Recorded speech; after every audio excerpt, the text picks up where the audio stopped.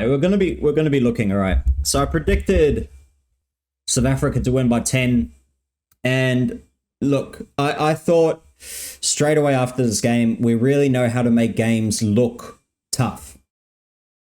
Talking from a South African supporter perspective, we really know how to make games look tough. We don't know how to win pretty, but I think that's the trade-off. That's just what I think, because obviously Rusty uses so many different combinations and always swapping out the teams, is that you don't really get that fluidity of playing together all the time. So I guess that's the trade-off when you're trying to create depth. And I guess that's also something that they can work on, is moving forward, is trying to, play these amount of players together for a while so you can fit in seamlessly. And that's just the thing at the moment. We're still getting the results, but it's just not fitting perfectly at the moment. But that's just nitpicking. Like, I'm happy, all right? I'm happy because England at Twickenham is never easy game. Never, ever an easy game. So it's not much that they lose by a lot there. You look at the games before this, just losing to New Zealand, where England were the better team on the day. They were the better team. And then also losing to Australia, yet again, they were the better team on the day, but they just can't finish the game. And it's the same thing again coming into the South African game. I believe England didn't score any points after, what was it? Let's have a bit of a look here. After the 52nd minute, they didn't score any more points. But we'll run through kind of here the timeline of the game. We'll also go through just which players stood out and which players didn't. But we'll start it off. South Africa winning 29-20 and South Africa receiving one yellow card. Halftime scores 19-17 and 45% possession to 55 in England's favour. And the try scorers were Cheslin Kolbe, got 2 great tries. Grant Williams with a beautiful, solo effort. Peter Steph effort. I mean, the tries from South Africa were actually, great tries. It wasn't like they just bashed through the middle and destroyed England. All of these tries were fairly either long range or, a really, really good well-worked try, to be honest. So that's what the English can, I guess, look forward to, is realizing that they didn't allow any easy tries. Sam Underhill scored a great try for England, and Ollie Slighthome, who I said would be my standout player for England in the game, and he was. Same with Marcus Smith.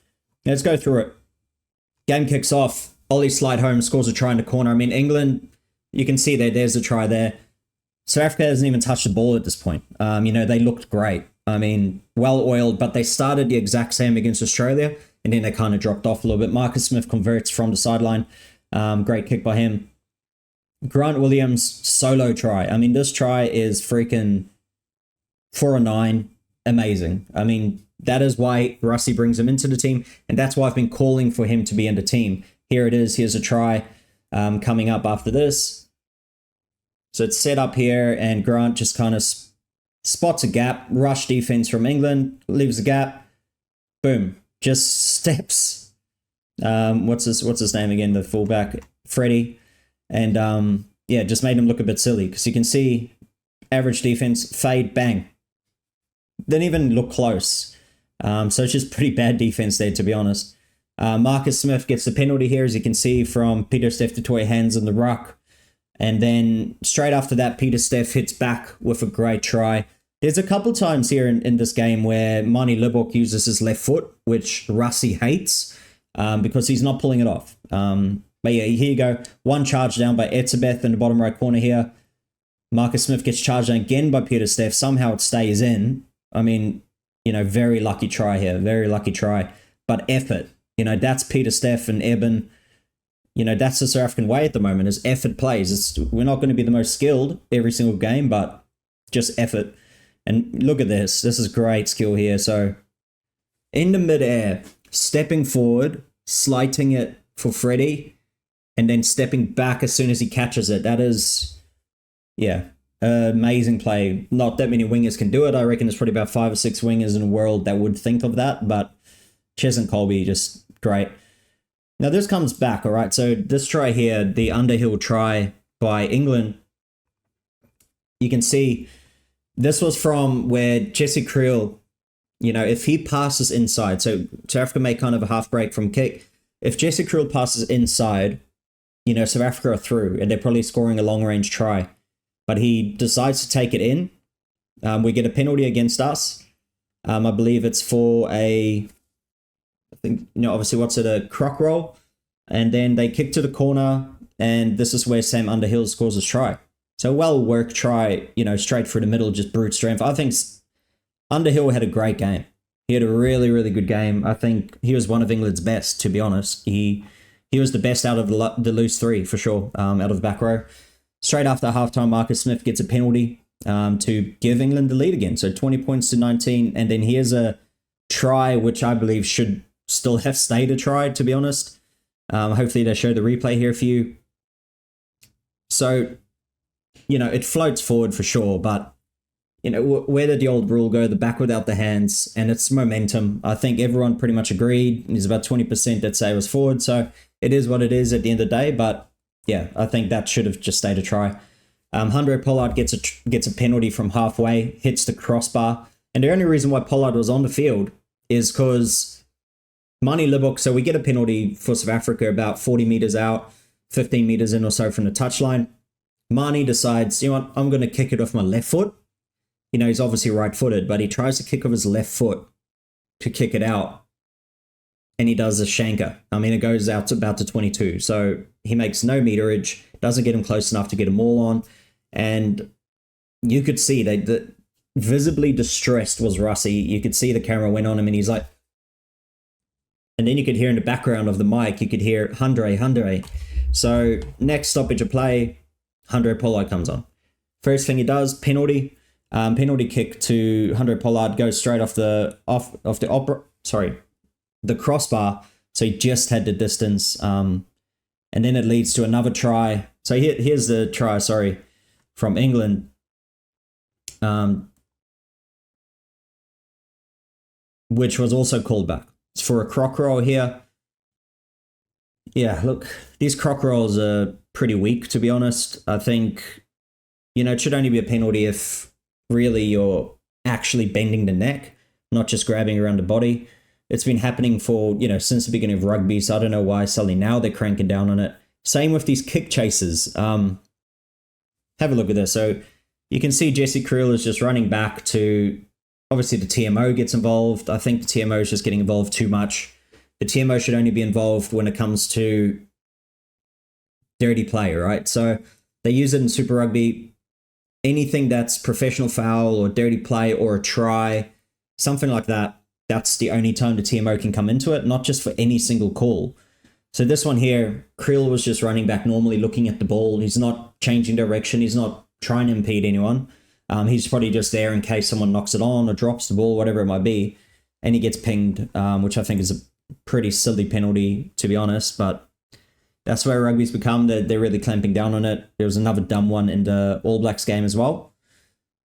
But yes, just dumb, in my opinion. Anyway, this is a great try here. So how does Damien Dale Linde always do it? He always seems to break one tackle. I don't know why. He's not crazy big. He's not crazy buff. He's not very fast. Look at that. Just breaks straight through. Links up with Colby. Colby, boom, steps one. Man, Colby, he's such a good winger. Just look at that. Just breaks through. And that's through, Earl's tackle as well. The big number 8 of England, the bruiser, the tough guy. And he just bumps him straight through, sets up Colby. And then Pollard, man, whenever he seems to come on, off, against England, he doesn't miss a bloody kick. And then a yellow card for Steenekamp. Yet again, a silly penalty because it's just constant penalties over and over, the ref said. So yellow card for him. And that last 10 minutes, England were just hounding South Africa, but they were just finding ways to not get a try. So they even had the 2, Cowan Dickey, he did a dummy and then he threw it. So obviously South Africa ball, because you can't dummy when you're throwing into a line out. Just little mistakes like that. Every single maul seems to kind of work against them. They're doing 1-out runs every single time. So I think, it's a bit to work on, but yet again, England didn't get blown out. And this is probably South Africa's best team, maybe apart from Manie Libbok. I think that is South Africa's top team, apart from also Mal Haribo coming in as well. But great performance by England, I'd say. I mean, they kept the game going. It's only right there at the end where Pollard gets the conversion to make it, outside one try. And just defense by the Springboks. England had their chances. If they maybe gave the ball a bit more to Marcus Smith, if he was controlling it a little bit more, he could have probably set something up. But you can't just expect one player, obviously, to win the game for you, right? He's not a Johnny Wilkinson yet, so time will tell. But I just want to go through the lineup here. So I think Oxenchair came off injured early, and the commentator for some reason goes, "Oh, that's not a blood bin. Oh, what's the blood bin for?" But in reality, you've seen in his thigh, a big chunk like this was out of his leg, bleeding. Obviously, there's a bit of blood there, mate. Don't know if he needs to put glasses on again. I mean, the commentators are a little bit funny sometimes, as the English commentators are sometimes. But every country's commentators are like that as well. Genge, I think, played really well, except losing a couple penalties against Wilco. Wilco Lowe played great. He had a good stint, actually, even came on at Loosehead and done a really good job. Itoje was brilliant again, but gave up a couple penalties. Etzebeth, solid. If Colby didn't have such a good game, I think Etzebeth could have probably been player of the match. And then Sam Underhill, man, what a weapon. What a great game. And, he got his chance, and I think he took it really well. Peter Steff, man, the dude, he never has a game under 8 out of 10. He never. I think, he never misses tackles. He's always going. He looked super tired at the end, I'll be honest. He played, he did a lot of work, scoring a try and everything. He's just a man on a mission on the field. Ben Earl played the 80. Maybe he shouldn't have to, I think. He looked a bit tired, and that's why he missed that tackle on Dealinda, I think. Maybe England should have gone a 6-2, I think.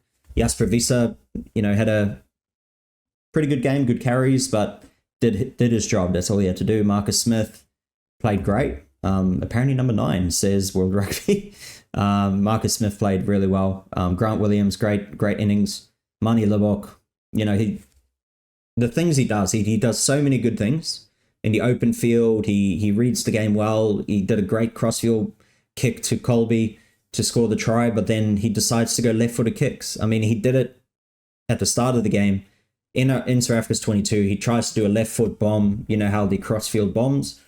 He tried to do that, and it pretty much went backwards. And that's the first time I've seen Russie. He's very annoyed. He's like, why is he doing it? Why is he doing it? And then next time goes to the sideline. You have all the time in the world. Why are you going left-footed? Shanks it, gets pulled, and rightly so. Stop kicking with your bad foot if you're not going to do as good of a job as you do with your good foot, just in my opinion. And I mean, I play 10, and I would never kick with my bad foot when you don't need to. Usually I would only kick it is if you're under pressure and you can only kick with your left foot, then you kick with your left. But otherwise, why would you do it? Anyway, Curtly Aaron said, had a solid game, gave up a penalty, unfortunately. Damien Dealinda, great game. The guy he's the same. He doesn't have a bad game.